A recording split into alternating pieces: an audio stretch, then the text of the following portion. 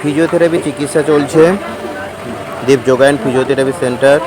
দেব sir চিকিৎসা করছে। ওনার মুখের প্রবলেম স্ট্রোক প্যারালাইজ হয়ে গেছিলো।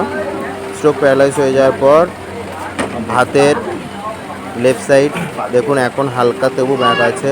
মুখটা দেখুন হা হা করছে, মুখটা ফাঁক করছে। দেখুন একটা সাইড লেফট সাইড একটু বেঁকে আছে, কিন্তু প্রথম অবস্থায় পুরো অনেকটাই হাত তুলতে পারতো না, এখন আরামসে হাত তুলতে পারছে খুব সুন্দরভাবে। এই পেশেন্টটা 2024-এ প্রথমের দিকে স্ট্রোক হয়। এখন মাসে একবার করে চেক আপ চলে। প্রথমের দিকে প্রথম 2 মাস জানুয়ারি ফেব্রুয়ারি মার্চ মাস পর্যন্ত সপ্তাহে 2 দিন করে ট্রিটমেন্ট চলতো। তো 2 দিন করে ট্রিটমেন্ট করার পর থেরাপি ট্রিটমেন্টে এখন উনি খুব সুস্থ, এখন কোনো রকম কোনো অসুবিধা হয় না। জাস্ট মাসে একটা করে চেক আপ চলে। এখন যে পেশেন্টটা আসছে দেখুন, ইনি দীর্ঘদিন 2 বছর হাঁটতে পারতো না। রিসেন্ট চেম্বার এসেছে ডায়মন্ড চেম্বারের দেবযোগায়ন ফিজিওথেরাপি সেন্টারে।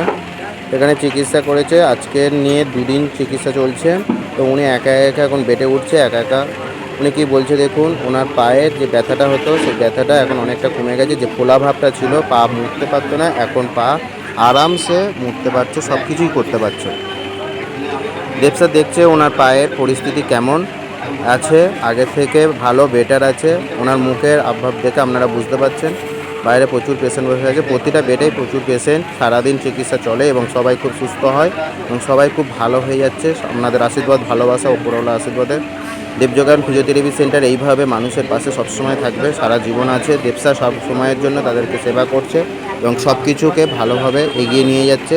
থেরাপি চিকিৎসার মাধ্যমে বিভিন্ন প্রবলেম ক্লিয়ার করা হয়ে থাকে এবং এই থেরাপি ট্রিটমেন্টের মাধ্যমে অস্টিও আর্থ্রাইটিস, স্পন্ডালাইটিস সব কিছু চিকিৎসা করা হয়। স্ট্রোক প্যারালাইজ, এখানে এনার অস্টিও আর্থ্রাইটিস ছিল, এখন অনেকটা বেটার। এইভাবে দেবযোগায়ন ফিজিওথেরাপি এগিয়ে যাক। Thank you.